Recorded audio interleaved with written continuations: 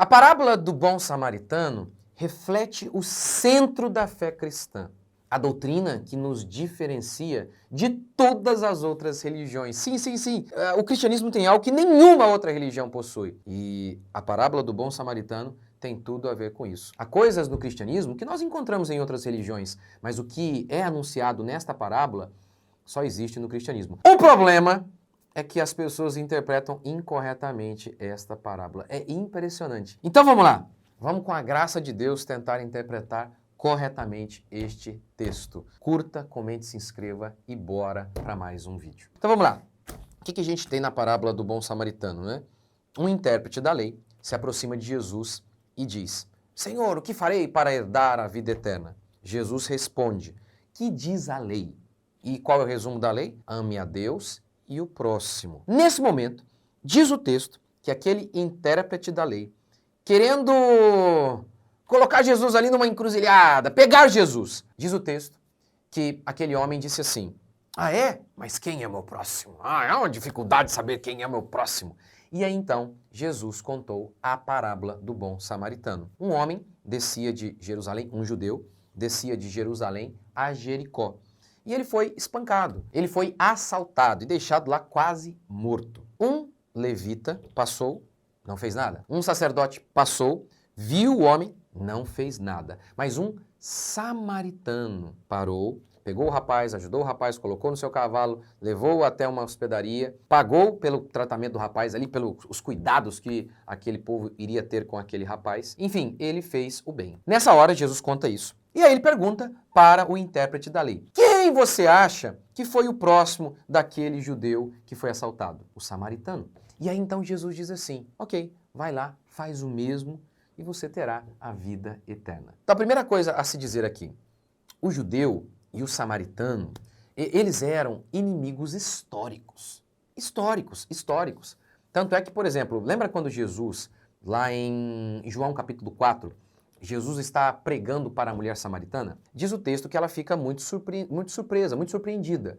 Por quê? Porque os judeus não se dão com os samaritanos, declara João 4:9. E muitas vezes, quando os judeus queriam insultar Jesus, eles diziam: tá vendo? Não é certo que ele é publicano e samaritano, que ele é pecador e samaritano?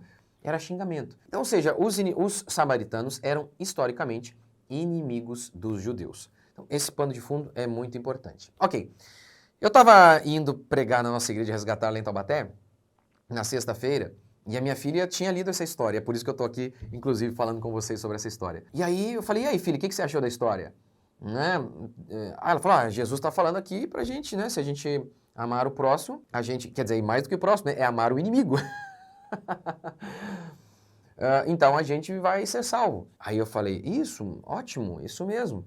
Aí eu perguntei para ela: você já amou o seu inimigo, o seu próximo? Ela disse: sim, sim. E aí eu falei: é mesmo? Por exemplo, a sua irmã é alguém bem próximo de você, não é? Você já mentiu sobre ela e para ela? Sim, sim. Você já fez o mal contra a sua irmã?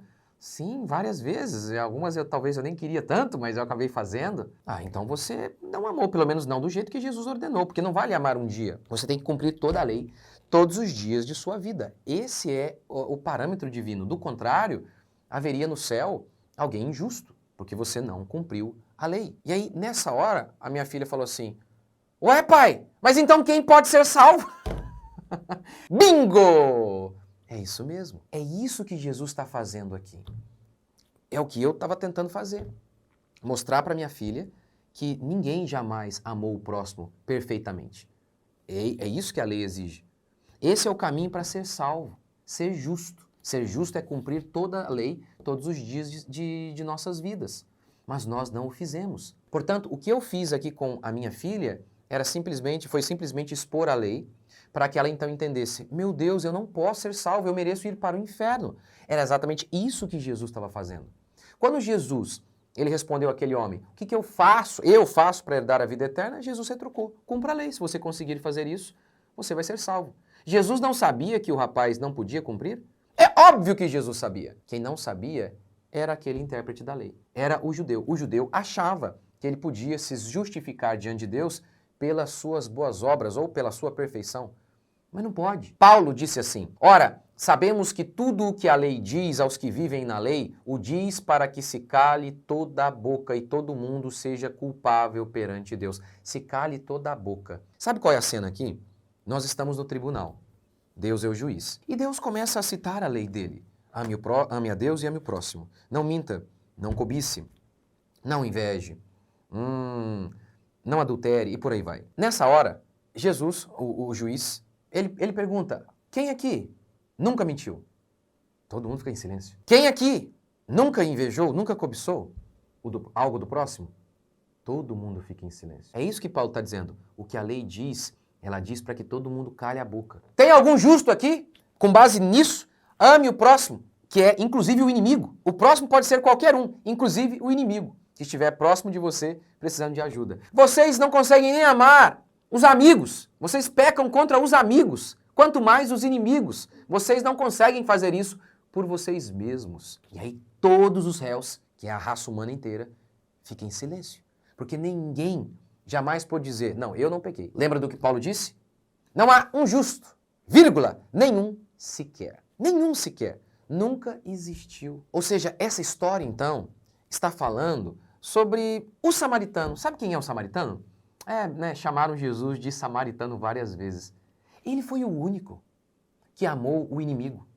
Ele foi o único que amou o próximo. Ele foi o único que amou perfeitamente. Paulo diz em Romanos 5 que nós éramos inimigos de Deus. Paulo diz, olha, será que alguém se anima a amar, a morrer por um amigo? Com certeza. Por um amigo até que alguns podem se animar, mas pelo inimigo? E foi exatamente isso que Jesus, o nosso samaritano, fez. O samaritano da história não é você. O samaritano da história é Jesus. Ele que pegou você lá caído, você que era inimigo, você que dizia assim, ó, eu não quero, eu não quero. Lembra do pessoal lá na cruz? Jesus na cruz e o pessoal, crucifica-o! Jesus era aquele que havia curado, libertado e feito bem a várias daquelas pessoas que estavam ali. E agora elas estavam dizendo, crucifica-o! E ele dizendo o quê? Perdoa, eles não sabem o que fazem. Quem é o samaritano? O samaritano é Jesus, que pegou você, que estava lá no chão, em pecado, imundo, você que era inimigo de Deus. Ele é o samaritano. Essa história do bom samaritano é a história da salvação pela graça. Algo que não existe em nenhuma igreja. Algo que não existe em nenhuma religião do mundo. C.S. Lewis entrou em um salão e naquele salão estava sendo debatido religiões comparadas. O que o cristianismo tinha que nenhuma religião tinha? E eles estavam ali num debate, encarnação? Não, outras religiões também falam. Amor ao próximo? Não, as religiões também falam sobre amar o próximo. Então C.S. Lewis entra, qual é a pergunta? Qual é o debate? E dizem, qual é a contribuição única do cristianismo? E ele responde, graça, salvação pela graça. A salvação pela graça é isso, é o favor imerecido. Você não merece, mas Deus te salva. Isso não existe em nenhuma igreja. Isso não existe em nenhuma religião. Inclusive, o falso cristianismo não crê nisso. Não crê. As falsas igrejas, elas pregam a salvação pelas obras. Elas pregam que apenas os bons serão salvos. E por isso, não salvam ninguém, porque não existem homens bons, diz a Escritura. Portanto, a história do bom samaritano é a história da salvação pela graça. Como nós não cumprimos a lei e fomos salvos pela graça. Para daí então, Deus nos capacitar a, de fato, amar o próximo. Ou seja, você não tem que ser bom para ser salvo. É o contrário. Você é salvo para daí então ser bom, por meio da graça de Deus que opera em você. A história, portanto, do bom samaritano é a história de Jesus. Ele é o samaritano que veio salvar você, inimigo dele, que estava lá, quebrado, por conta de seus próprios pecados, jogado no chão, por conta de suas falhas. Ele é o samaritano que nos amou de tal maneira que ele desceu aqui para nos salvar.